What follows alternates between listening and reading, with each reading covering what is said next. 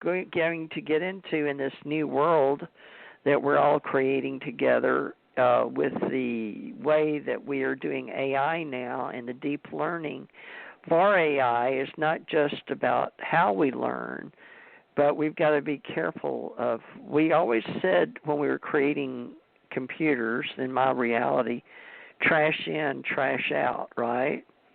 Right. So whatever you put in and you take out. So we were talking with Janet Lesson and Lori O'Hara. Was it Lisa? Lisa, wasn't it? Lisa O'Hara. Lisa O'Hara. And I thought that was a good show, but I'll go back and grab that show and put it on here for last night, folks, for you to find it. But it was quite interesting, even though we had a little difficulty in the middle for a while with me and Skype. But people use unique ways of speaking their reality and how they are looking for the parts maybe of themselves, and each of us are unique in a body, but it's not just what is unique about us, and it's also what is the same, and there's still that which is different. There's something unique about us, and I've learned spiritually on Sundays, I like to do spiritual shows, and we do with body, mind, and spirit. Those are the three that, we've always brought up with whole health, and in these old occult metaphysical bookstores is how do we deal with our minds, our consciousness, and our soul, and are they different like free will? Do we have a destiny, fate, karma, and all these? We could go on for hours on each word and make a show, which we may do that, or have a panel for people that want to discuss with Suzanne and I different topics. They may be specialists or PhDs in certain psychology or philosophy. I don't know, Suzanne. But Suzanne and I will do our best to help you guys. We're both doing readings, and we're creating a new domain just for our friends and see what we can create for the future with our experiences and our soul expansions.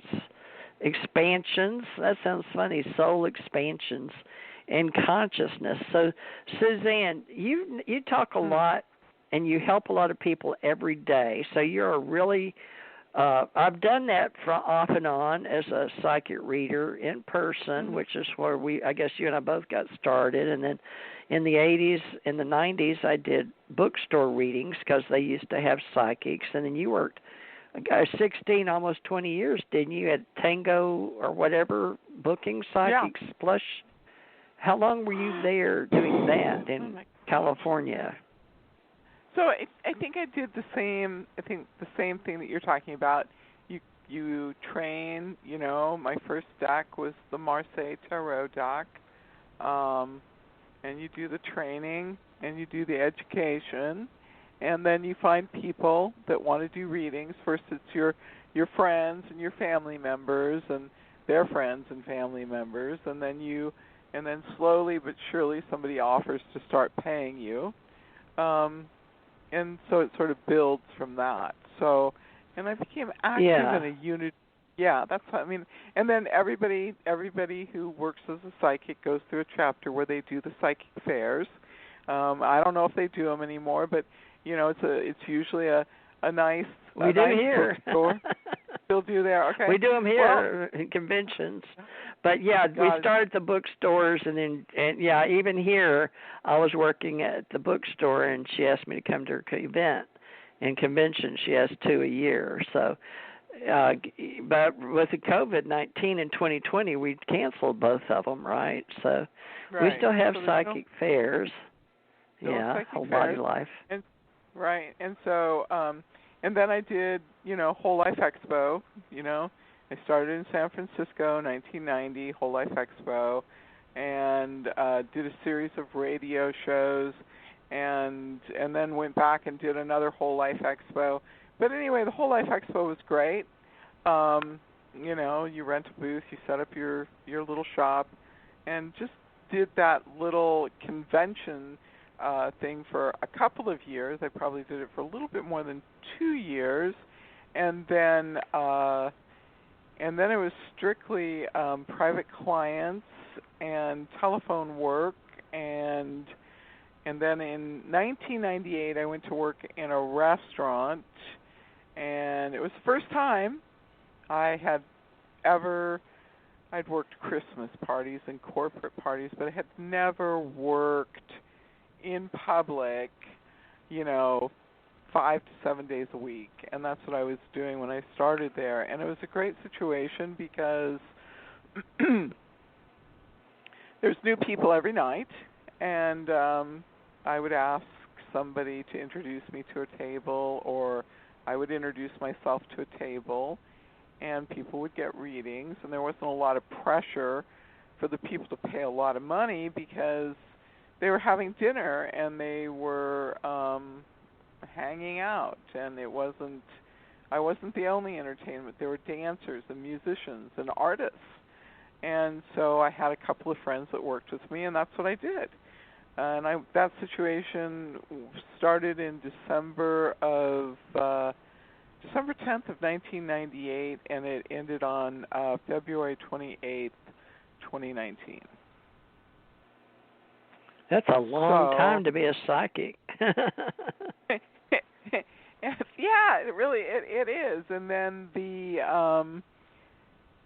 then in that period of time, I got a request from another location for me to open up a location for psychics, and I thought that I was going to be working Cafe 22 Tango Universal City Walk, and that project, by the time I got all the psychics organized and got the whole thing set up, I had lost one of my psychics at the Orange location, and there was no way I could do Universal, and it was too much of a drive. So I simply stayed. I worked a little. I got the psychic set up there and worked with the general manager, got the thing set up, but it just never worked out, and so I ended up staying at the Orange location.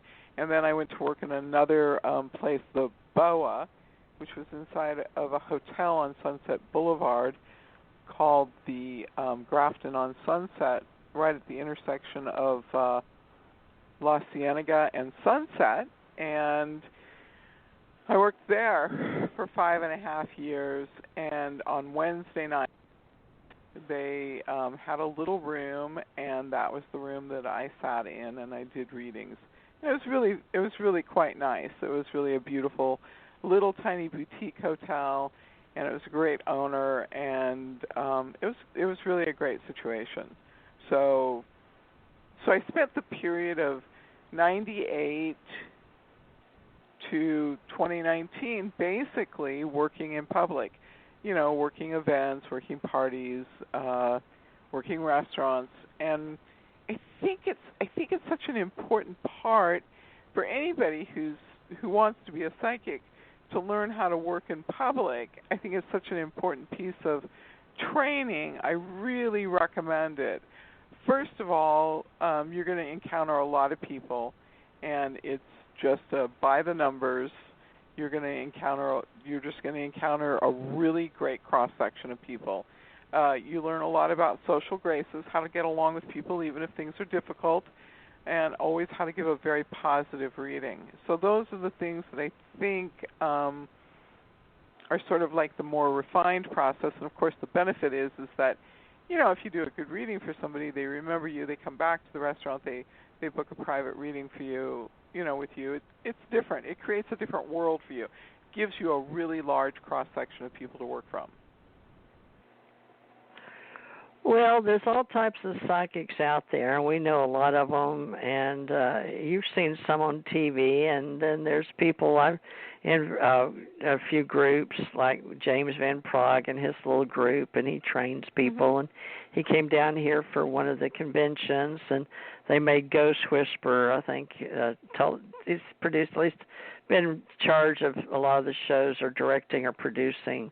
And then there was John Edwards. He's very famous. And then I think he got disgruntled for a while, but he came back around, I believe. He's back on again. And so Uri Geller was well known for ESP, that type of work, and with the government and helping train people into remote viewing.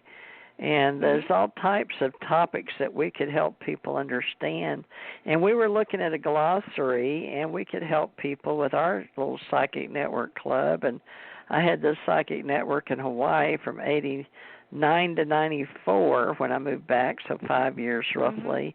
And then, I did a lot of readings then, had spiritual network too. And then I had, I was actually doing radio shows too, and talking about the experience I had earlier. They wanted to know about my near-death experience, so how that worked. And so, I may not have written just a book, but I was scared to write a book about it back in the day with my children, and my grandmother told me I should, our great-grandmother. Well, it's actually my husband's great-grandmother. But I finally got around to writing books, but not about my near-death experience. And that's, I guess in a way that could be a spiritual book, Soul Expanse. I don't know. Psychic Networks, Soul Expanse, near-death experience, accepting life, not always what you're taught and think. But, what are we going to do with this universal life spiritual communication? But at the same time, I really don't want it to be a philosophy or religion, but they always seem to want to go that way. But metaphysics is metaphysics, science is science. But how do you see some key tag words? Because I put on Tumblr, psychic and ascension psychic, and you use power psychic or best psychic. But, people, a lot of them, unless you put the word psychic, they really don't know. And they're saying that counseling is so expensive, all over $300 or more an hour, that, you can maybe get psychics to go for $150 an hour these days. But, I don't know. I don't know what's going on, but I know that it's getting to be where more and more people would like to have support. So whether you want to call it counseling or not. Let me see who this is. Hold on. Let me see who this. Hi, you want to talk, or did you just call in to listen? Or is this, hello? You just listening? Huh. What's the phone number there? Okay, it's just somebody listening, I guess.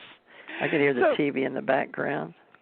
So one of the ARE, which is Edgar Cayce's Institute in Virginia Beach, they teach lucid dreaming, and they found that people that had a near-death experience were 7 times more likely to do lucid dreaming than people that hadn't.